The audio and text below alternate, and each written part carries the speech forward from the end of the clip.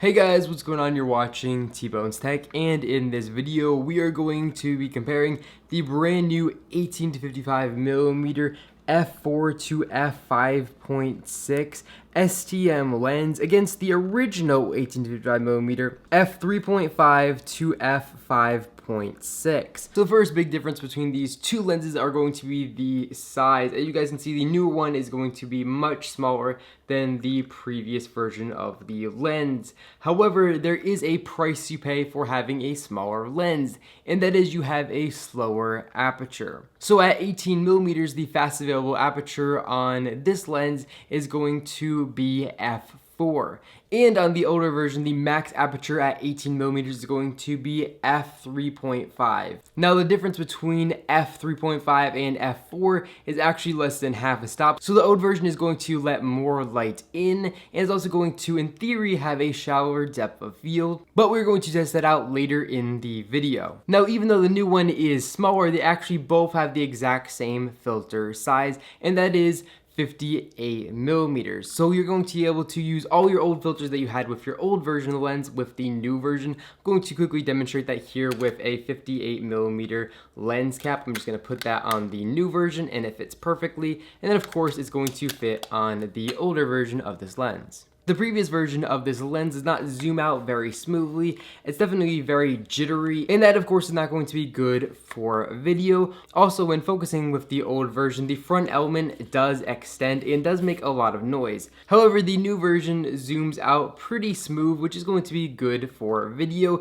and it has STM focusing, which means it's going to have this electronic focusing ring, which means that the front element is not going to extend anymore when focusing. And when focusing with this lens, it is extremely quiet, which again is going to help a lot with video. The good thing about having a slower aperture with the new version is this lens only gets a stop darker when zooming from 18mm to 55mm. However, of course, the old version had a max aperture at 18mm of f3.5, and when zooming out to 55mm, you had a max aperture of f5.6. So if you're filming video at 18mm at f3.5 and then you zoom all the way out, your scene is actually going to get more than a stop darker. And that just means it's going to be harder to make your exposure at 55mm the exact same as 18. With the previous version, the autofocus and the image stabilization buttons are actually going to be raised over here. However, with this brand new version,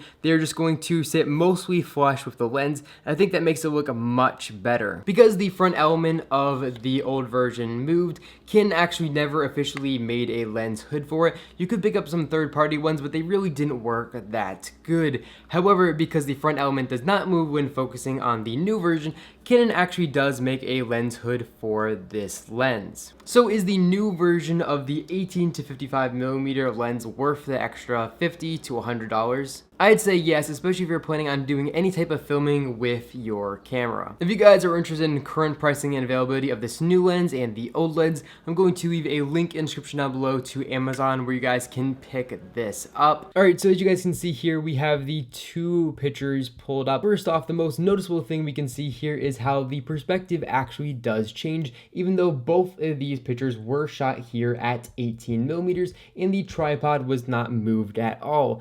And that is because the older version was actually longer. The front element was longer and it was a taller lens than the new version. So with the older one, the front element was actually closer to the subject than with the newer version. So that's not really a big difference at all. However, that does mean that the new version at 18mm is a little bit more wide and you can get a little bit more in perspective than in the old version, even though the difference is about an inch. However, you can get the same difference by moving the camera about half an inch to an inch. So right now we're just going to dive into these pictures, and first off, in the original version, I can see this horrific chromatic aberration on the outside of this cactus here.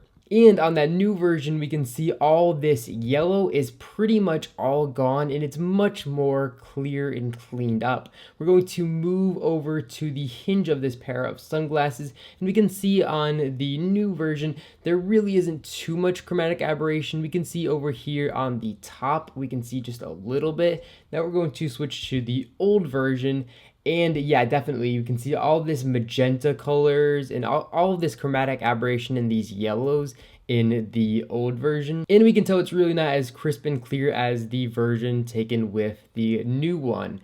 However, you can argue that I should have shot the old one at f4 instead of at f3.5, because in theory there'd be less chromatic aberration. But the whole point of this comparison is to show them being shot at 18mm at their fastest apertures available. A pro of the old version would be that it does shoot faster at f3.5, and a con of the new one would be that it only shoots at f4. Now moving on to the Canon in this lens cap on the 24mm lens of this Canon T7i in the background, we can actually see the difference between these two shots. And as you guys can see, the old lens actually makes it look much more blurry because you're shooting with that faster aperture of f3.5 rather than f4.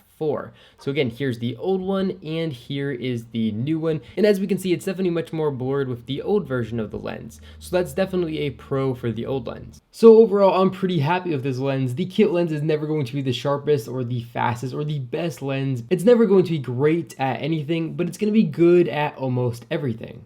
And it's really nice to see this solid upgrade from Canon. Hope you guys enjoyed this video. If you did, definitely make sure to give this video a big thumbs up down below. And of course, make sure to subscribe to this channel and then you'll be notified when I release new videos to this YouTube channel. I'm going to be making a lot more videos on the brand new Canon T7i, so make sure to stay tuned for those. Again, thank you all so much for watching this video, and I will catch you all in the next one.